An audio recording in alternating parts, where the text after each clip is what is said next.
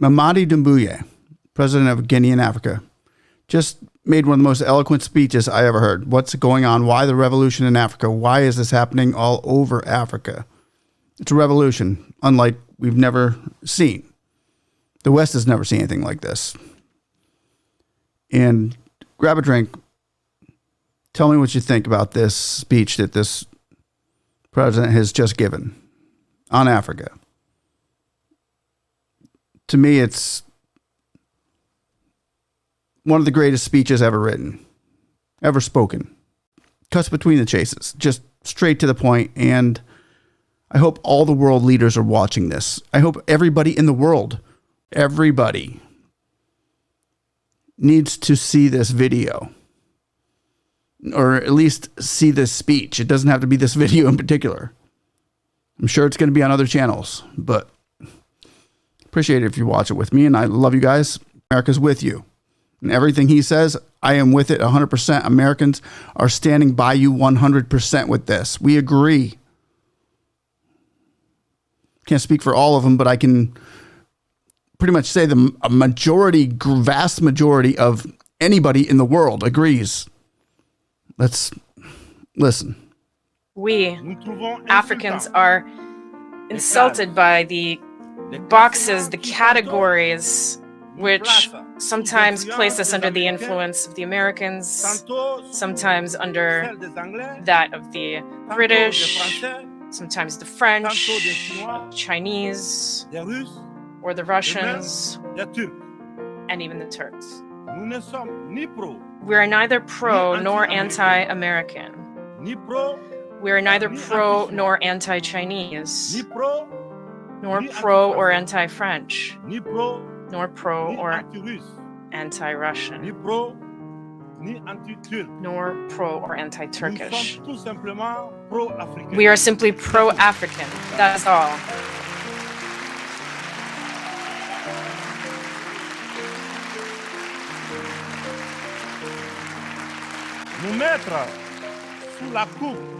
Placing us under the influence of this or that power is an insult. It is contempt and racism towards a continent of more than 1,300,000,000 people. It is important that in this prestigious and influential assembly, we understand clearly, definitively, that the era of the old Africa is over.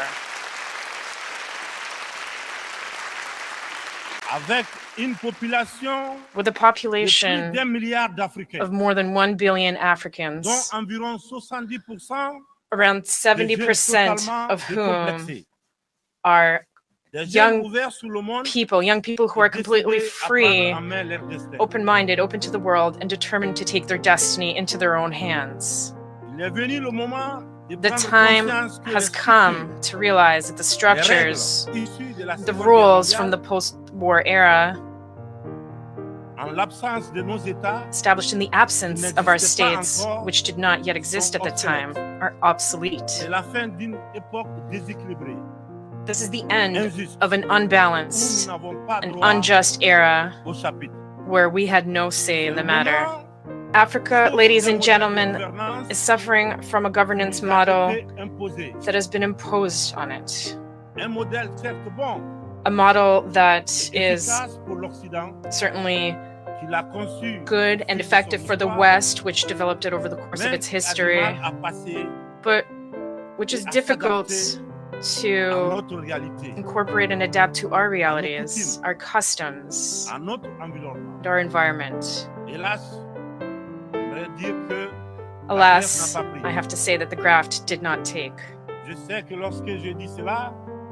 I know that when I say this, many will immediately say to themselves, oh, another warmonger who wants to wring the neck of democracy, or another soldier who wants to impose his dictatorship. However, I want to say very clearly, without hypocrisy, without pretense, eye to eye, We're all aware that this democratic model that you have so insidiously, skillfully imposed on us after the La Baule summit in France, something you've been imposing almost religiously. This model does not work. Various economic and social indices demonstrate this plain and clear. This is not a value judgment on democracy itself.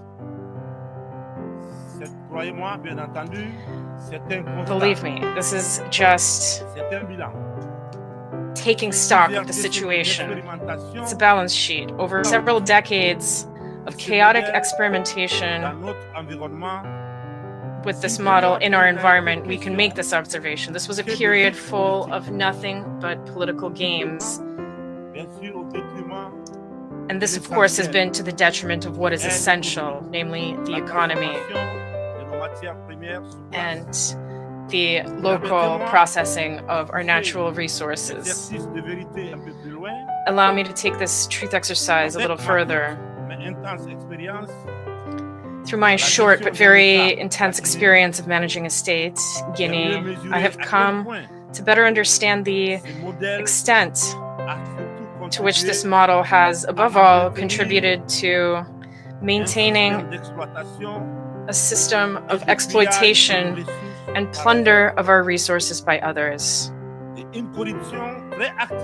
and a rampant corruption of our elites.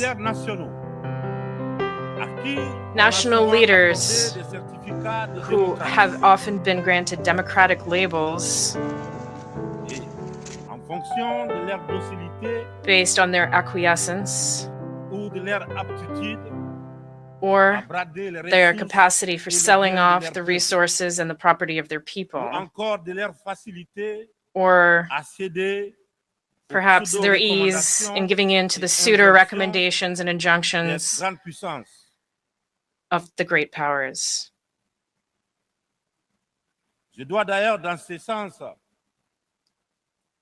I must confess in this regard that everything that I am facing goes beyond all imagination. These are the same people who profess democracy, transparency, who denounce poor governance and corruption, who dictate the rules. It is they who, behind the scenes, very discreetly and underhandedly, are increasing pressure to make us cede our national wealth through unconscionable leonine contracts.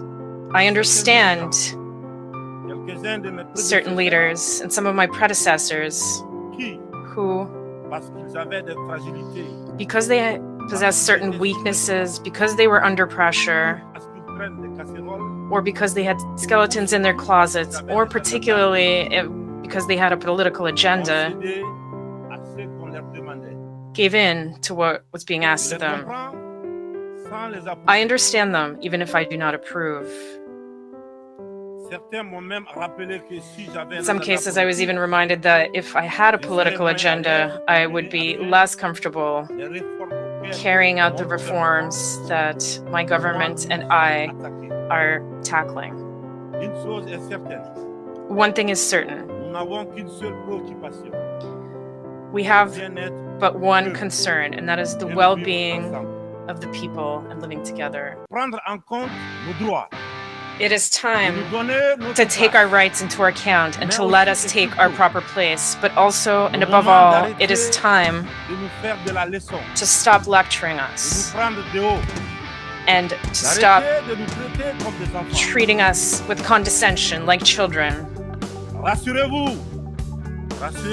Rest assured that we're old enough to know what is good for us.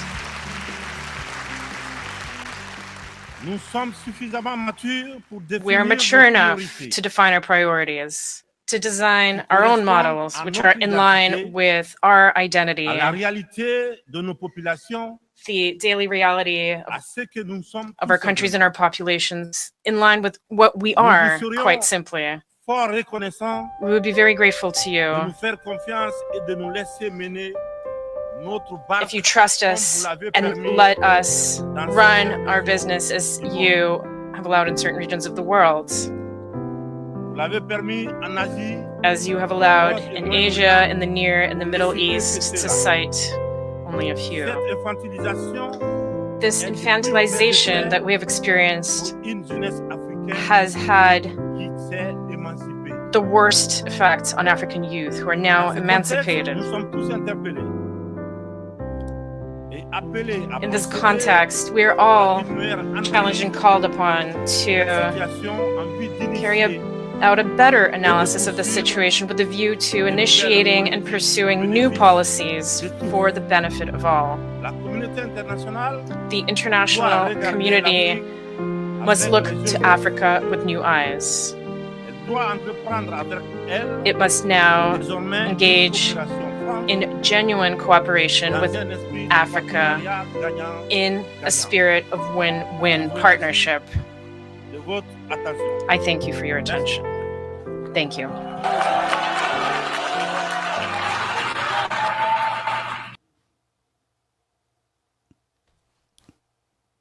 That was amazing.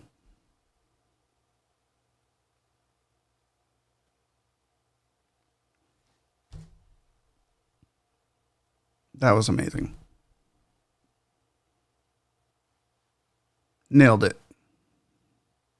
Hit it out of the park. Let me know what you think. Love you guys. Stay safe.